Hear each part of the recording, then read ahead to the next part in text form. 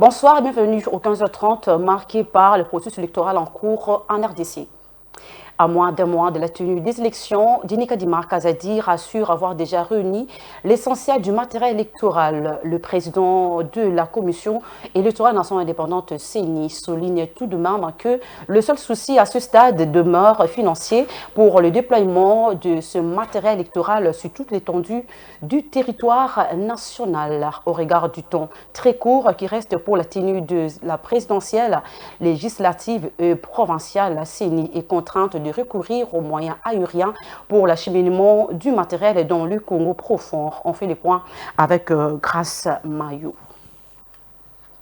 Le déploiement de matériel dans le Congo profond, la CENI reste déterminée pour des élections justes, équitables et transparentes. Le président de la Commission électorale nationale indépendante, CENI en sigle, Déni Kadima, assure avoir déjà réuni l'essentiel du matériel électoral. Déni Kadima évoque le seul souci à ces stades demeure financier pour le déploiement de ces matériels électoraux sur toute l'étendue de la RDC. Bon, je n'ai pas calculé, mais je peux vous dire que l'essentiel du matériel est soit là, soit en route. Il y a quelques effets qui ne pouvaient pas être produits avant. Maintenant que nous avons fini tout ce qui est réception des candidatures, nous avons sorti toutes les listes définitives. C'est maintenant qu'une autre partie de notre travail sera amorcée. Et tout cela, il faut le faire en tenant compte des délais qui sont les nôtres. La CENI va recourir aux moyens aériens pour l'acheminement de matériel.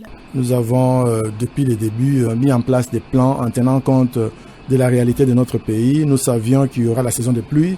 Les défis sont là simplement parce que nous avons un pays immense et parfois les acquisitions prennent du temps, parfois les paiements prennent du temps et comme conséquence, la distribution du matériel peut prendre du temps aussi. Nous avions bien voulu prendre les bateaux et recevoir le matériel à temps, mais il nous arrive parfois et souvent de plus en plus et presque exclusivement à ne prendre que des avions. Et cela vient avec un coût. Mais sinon, le travail est fait, la logistique, elle suit. On n'est pas désespéré, mais c'est un processus électoral. Comme je l'ai dit, les infrastructures ne nous permettent pas toujours de circuler facilement, de distribuer les équipements et le matériel facilement. Mais nous avons encore 4 semaines. D'ici là, je suis persuadé que tout sera en ordre. Au regard du temps très court qui reste pour la tenue des élections, la CENI dit compter en partie sur l'accompagnement de la mission de l'Organisation des Nations Unies pour la stabilisation en RDC du parti Est du pays. Bon, il y a une combinaison d'approches. Nous avons un plan pour tout le pays, mais là où MONUSCO est bien représenté, comme à Ituri, Nord Kivu et Sud Kivu, nous collaborons.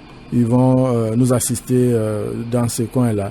Dans le reste du pays, nous nous prenons en charge. Donc, il y a une relation de collaboration avec la MONUSCO, comme nous l'avions fait du reste durant l'enrôlement des électeurs.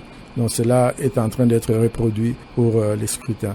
Plus de 18 millions des électeurs sont entendus le 20 décembre pour élire les conseillers municipaux, les députés provinciaux et nationaux ainsi que le président de la République.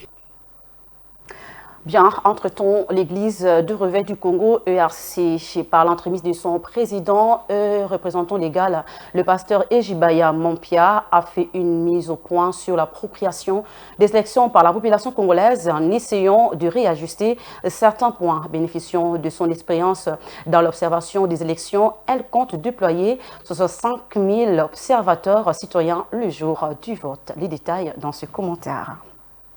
L'Église de Réveil du Congo, par l'entremise de son représentant légal, le pasteur Ejibaya Mampia, avec une analyse froide de la communication faite par le secrétaire général de la SENCO sur l'observation du scrutin du 20 décembre 2023, essaye de réajuster certains points en appelant la population à l'appropriation du vote. L'Église de Réveil du Congo considère que loin d'être un appel citoyen au vote responsable, à une évaluation impartiale de procédure de vote, le message clé diffusé par les hauts responsables prendrait la tournure de mécontentement électoral.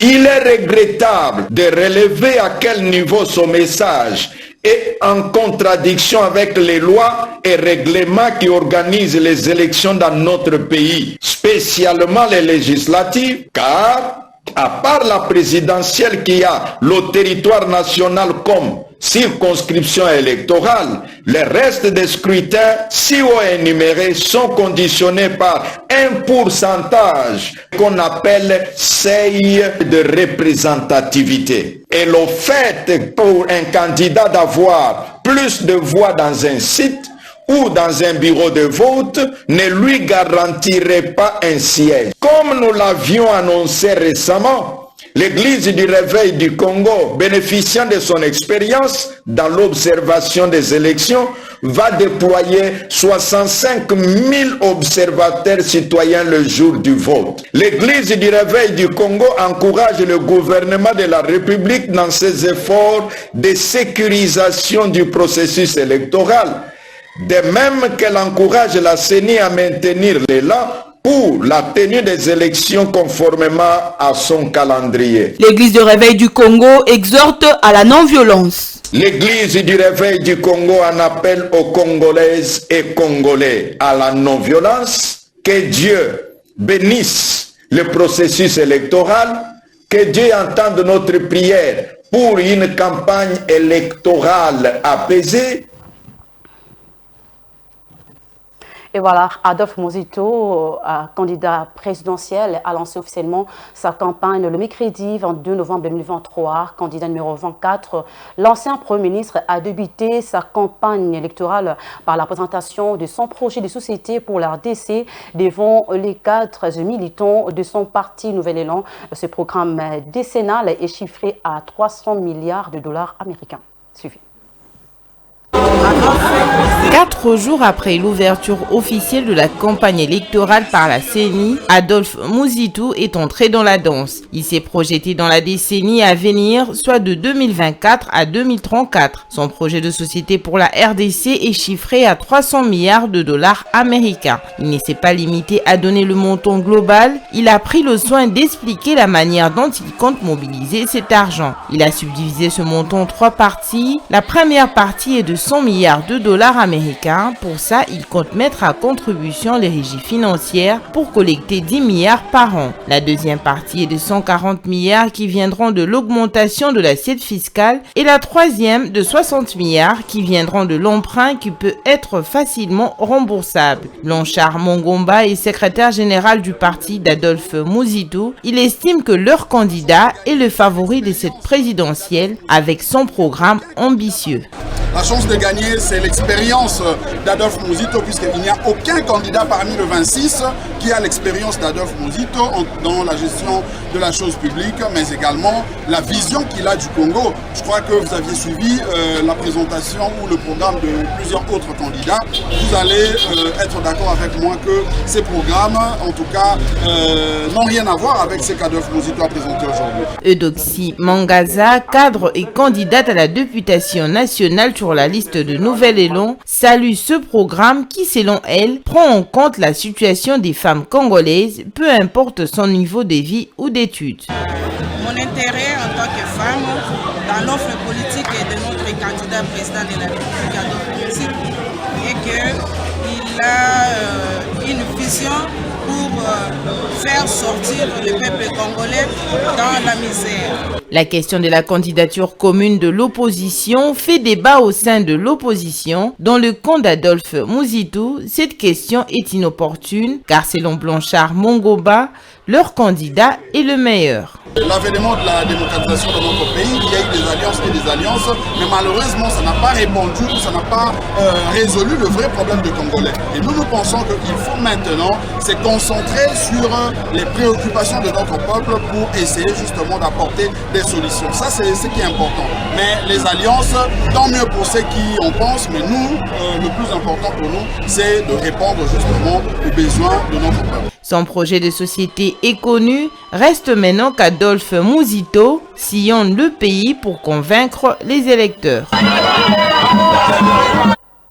Et pour finir, les candidats à la présidentielle de décembre 2023 se sont déployés avec leurs lieutenants et des équipes stratégiques sur toute l'étendue du territoire national dans l'option de vous faire vivre l'ambiance de cette campagne électorale qui est dans sa première semaine. Et voilà, Mandigo Télévision vous livre quelques instants assez marquants de cette course électorale pour la présidentielle en République démocratique du Congo.